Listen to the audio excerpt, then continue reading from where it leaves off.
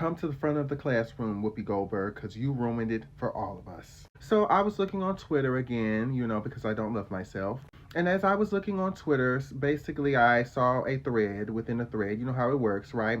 Of somebody basically responding to somebody else responding to a post about how Americans need to figure out that they are not victims in this particular situation between Iran and Israel and this whole thing that's happening, right? They are not victims, which I agree.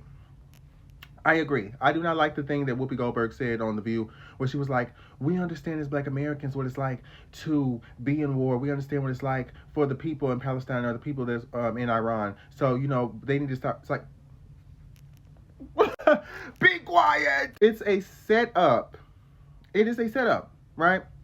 We should not be putting ourselves in the same position as people who come from war-torn countries, especially if our government is a part of making that a war-torn country, an area that's not safe for the natives of that land. Okay, great. Here's my problem, though. When it comes to Black Americans, we just had a whole thing that was happening like a week ago where people were sitting there talking about how they believed we were immigrants because they couldn't fathom that we were a group of people that was taken from Africa and put into the country, right? The United States of America. People couldn't understand that. That doesn't make sense.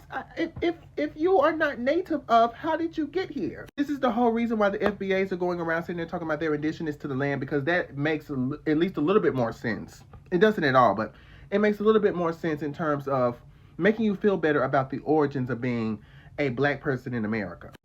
And it's annoying to me because the thing is, I've seen so many different types of people try to place Black Americans in the American identity, and Black Americans be like, what the fuck is going on? Because it's hard for us to be in the American identity the same way as white people. White people's patriotism is different from Black people's patriotism, right? White people's patriotism is the ideas of white supremacy, right? Even the white people that have different types of cultures outside of the traditional white supremacy, right?